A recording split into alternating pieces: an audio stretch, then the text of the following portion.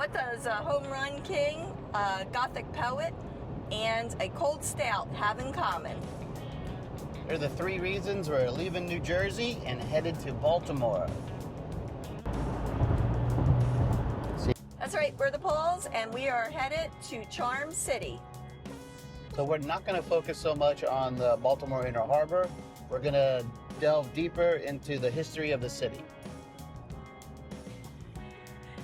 Our goal is to visit the Babe Ruth birthplace and the Edgar Allan Poe House and Museum.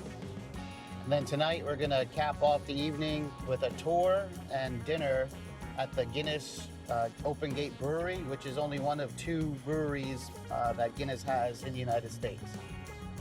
Come along as the Pauls visit Baltimore.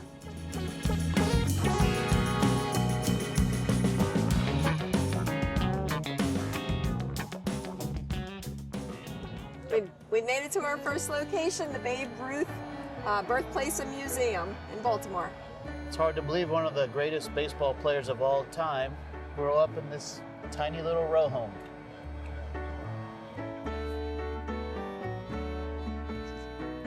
"216 Amity Street."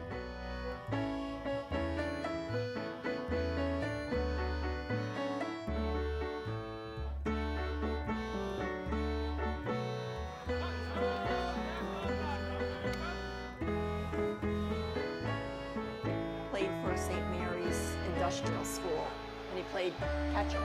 At 7 years old, Babe was sent to St. Mary's by his parents, who considered him to be incorrigible so he could learn discipline and a trade. So the media started calling him Jack Dunn's baby, which by mid-March had shortened to Babe. That's the original box seat from 1923. Babe Ruth appeared on approximately 20 to 30 national magazine covers during his professional career, which spans from 1914 to 1935. During the 1920s, he was considered to be the most photographed person in America. One product Babe Ruth did not endorse was the Baby Ruth Candy Bar, introduced by Curtis Candy Company in 1921 at the height of Babe Ruth's budget period. To avoid royalties, Curtis claimed the bar was named after Ruth Cleveland, the deceased daughter of U.S. President Grover Cleveland, who had left office 27 years earlier.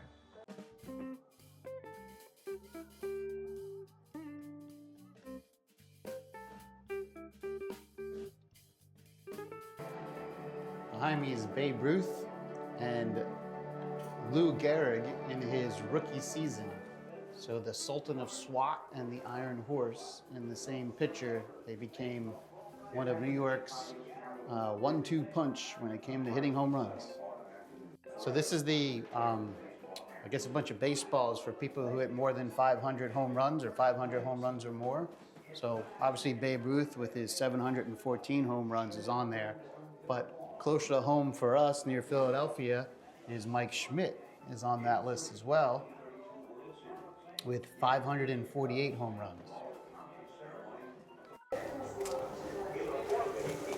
I learned from an amazing docent by the name of Mike that the reason why Babe Ruth was number 3 for New York was because it was his batting order. So he was the 3rd one up to bat. We made it to the Edgar Allan Poe house.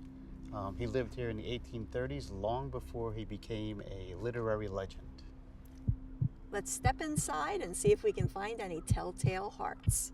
This little 620 square foot house launched Poe from a struggling artist to a paid writer by winning $50 in a newspaper-sponsored short story contest. $50 in today's money is about $1,700 and was a lifesaver for the 6 family members living in this tiny row home. Yeah, that's what I didn't know how to come down. I always recommend, I need to start.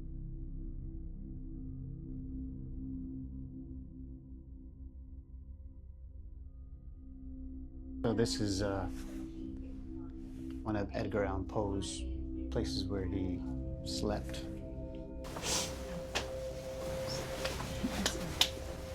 This room is a tribute to Poe's influence on other artists and features striking quotes from icons such as Elizabeth Barrett Browning, Stephen King, Alfred Hitchcock, and many more.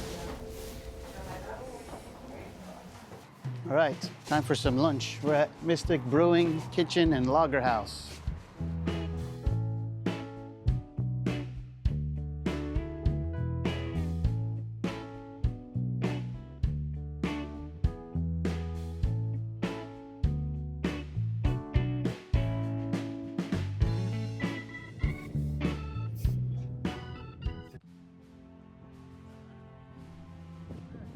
We made our way to Federal Hill Park. We're gonna go see, I guess, the views of the Inner Harbor from up here, kind of up on one of the high parts of the city. Federal Park earned its name in 1788 to celebrate the ratification of the Constitution. This hill later saw Union troops stationed here to keep a watchful eye over a divided city during the Civil War. Now, it's a perfect vantage point to see how the historic Inner Harbor has transformed into a modern skyline. So we're on Federal Hill. We just learned from reading one of the little signs in the area that in addition to this being a military important place due to its high level above the Inner Harbor, there also were tunnels built into the hill by brewers to keep their beer cold. So we thought that was kind of funny and interesting. So this is the home of Ministry of Brewing. It's an old church that is now a brewery. Love is ale we need, says it on the sign out front. That's really cool. That's really cool.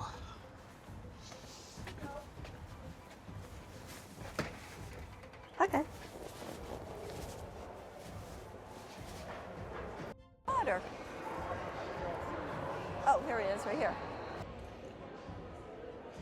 We're at the Ministry of Brewing in Baltimore, and it's an old church turned into a brewery.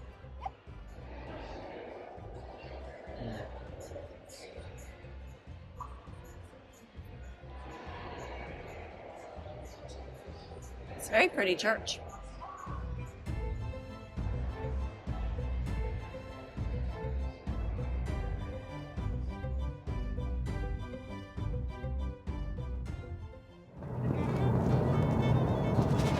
We just made it to the Guinness Brewery.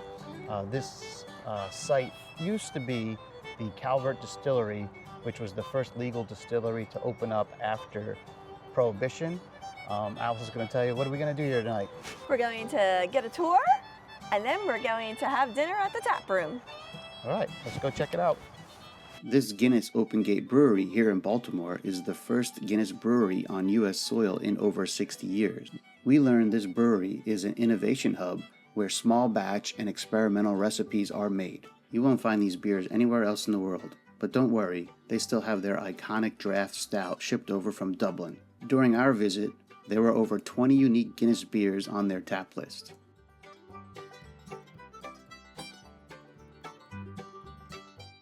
In the 1930s, Guinness wanted to advertise without looking vulgar, so they turned to artist John Gilroy, who was inspired by a trip to the circus and created a menagerie of thirsty zoo animals.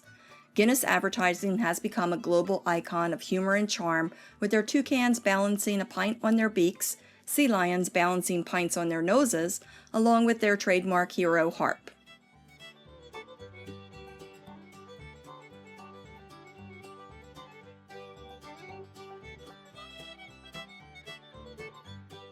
And this is called retronasal tasting. So what you do is you take a breath and hold it, take a sip and swish and swallow, and then immediately breathe out through your nose. So breath, hold, sip, swish, swallow, out through the nose. That's what you do. It's really fun. So we've taken that beer and we let it coat our palate, fully drenched in it. And then we push those vapors up through our nasal passages. Everything locks in really well. It's a really great way to fully define flavor profiles. You can use this for beer tastings, wine tastings, whiskey tastings. You can even use it with food. It's a really Very tasty. This is the Flow State IPA. That's definitely an IPA.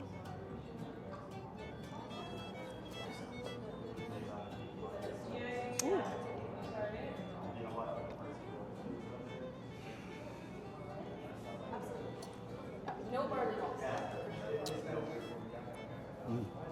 It's hard to believe this is Guinness. I know. Very unexpected. It's good.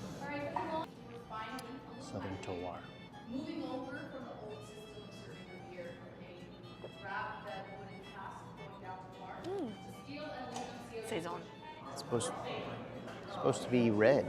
There you go. You can kind of see the red. Yeah. Oh, that's cool. Look at that. Yeah. My light is red too. Like you see our light? Yeah, the light is The light red. turns red. That's weird. That's cool. There we go. Okay. This is the classic Guinness I style. love Guinness.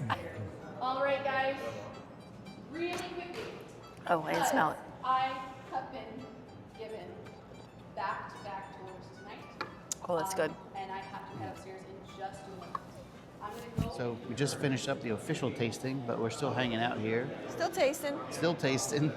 We're gonna head upstairs in about a couple minutes, and we've got dinner reservations, and we're gonna go see what is on the menu. You ready? Yeah, man.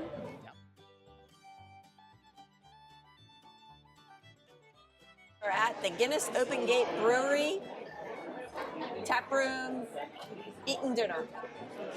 I'm going to go with corn maze for my beer, and I'm going with bangers and mash. I'm going with the berry citrus ale, which is something you wouldn't think Guinness would have. Like And corn then maze. I'm gonna go with the Guinness beef stew, which is, I guess, a classic thing you can Yes, order it here. is. All right, I got the Guinness beef stew, and what'd you get? I got bangers and mash All right. We're with gonna- brown bread.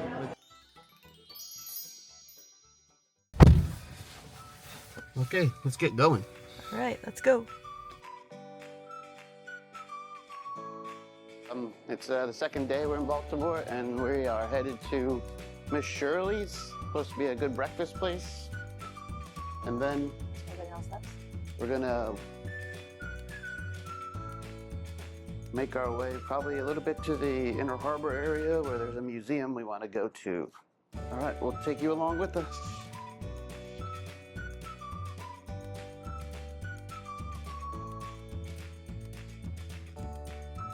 We've been in Baltimore for 24 hours. This is the first time I'm seeing Old Bay. Kind of surprised. They put that on everything here. We just finished up at Miss Shirley's Cafe. I had chicken and waffles that was very delicious. I had a chicken and biscuit omelet with grits on the side. Very good. I would definitely recommend if you are anywhere in the Baltimore area, there's a few of these locations. This is the one near the Inner Harbor. Definitely go and have a great meal. Our server was awesome too. We never had an empty coffee cup, and she was very attentive. So again, we recommend this place. Enjoy. Just walked into our car in the parking garage, and we saw this structure off to the behind me over here. So right there. This is called the Shot Tower, and in the 1820s, it was the tallest structure in the United States for like 2 decades. And then what it was designed for was to make lead shot. So like if you go hunting, it's like the little BBs that are like in shotgun shells and things like that. So it was pretty significant in its day.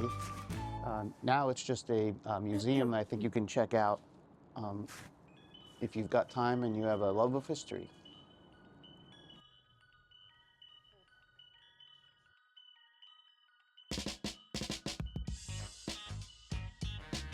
We're stopping by the American Visionary Art Museum, so we're not even inside yet, and there's some pretty cool structures already that we see.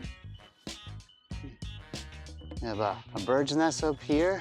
You have a hand coming out of the wall. Oh, big giant egg. Cosmic Galaxy Egg, that's what it's called. Hello. Wait, Oh, there's Alice for scale. Peacock all made with horns from instruments. Cool gate metal, but looks like wood.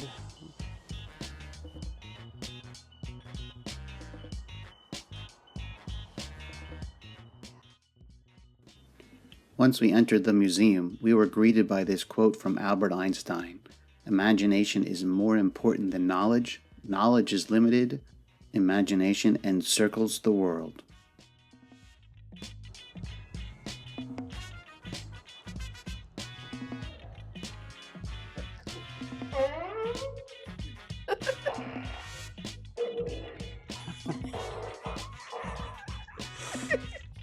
Oh my gosh. This is hilarious. This is hilarious. Let me see who's going. Walter the farting dog.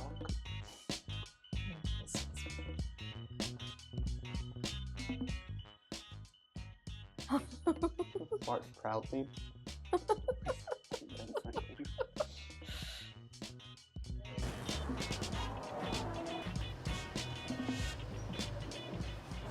Gift shop at the art museum is just as cool as the actual art museum. Look, there's some things in little drawers. Oh, remember, these are our childhood masks from when we were kids. The Broad Ball Round is a curiosity by artist Emily Duffy. It's 1,800 pounds and made up of 18,085 bras.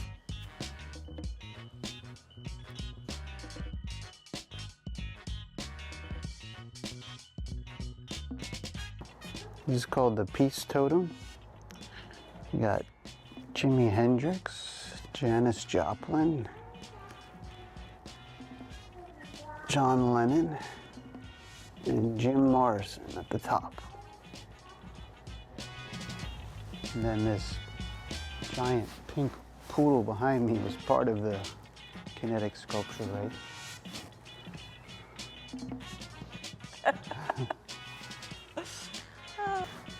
Also this giant alligator that looks like made from bikes.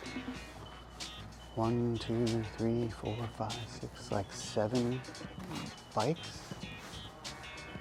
In the bathtub. Eating spaghetti in the Eating bathtub. spaghetti in the bathtub. That's not good. Oh, is that Noah's Ark? Yeah, isn't that cool? Yeah. Trojan horse. Oh my gosh, that's so cool. Well, we're wrapping up our time in Baltimore. We're just walking around the Inner Harbor. We're getting ready to head back to New Jersey.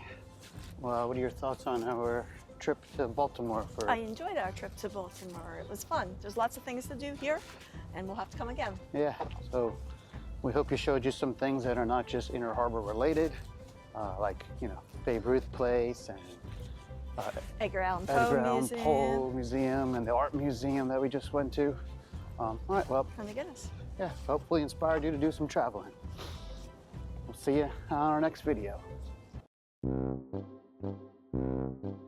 This just goes on just like this, right? Yeah, it'll click in, like you'll feel it. Oh, it's crooked. Okay, I think I got it now. Okay. Hello. So we're gonna. What am I saying? You're gonna refocus. Oh yeah. There. Okay. We've made it from. We've come from the salt. We've made it from the sultaness. We come from the Sultan of Swat to, Oh, to okay. the Sultan of Okay. Macabre. Is that what it is? Suspense. Suspense. And I'm gonna go with bangers and mash because that's what I'm going to do. And It was delicious, unbelievable. I had chicken and waffles, but it was done a different way. It was just out of this world, and you should definitely need to come here. But out of this world. it was out of this world. It was so. All right, okay. all right, never mind. Let me try again.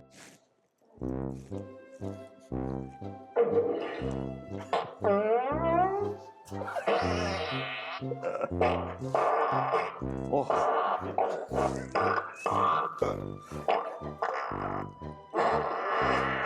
Well, it's a good thing I wanted to change of clothes. It's on their heads.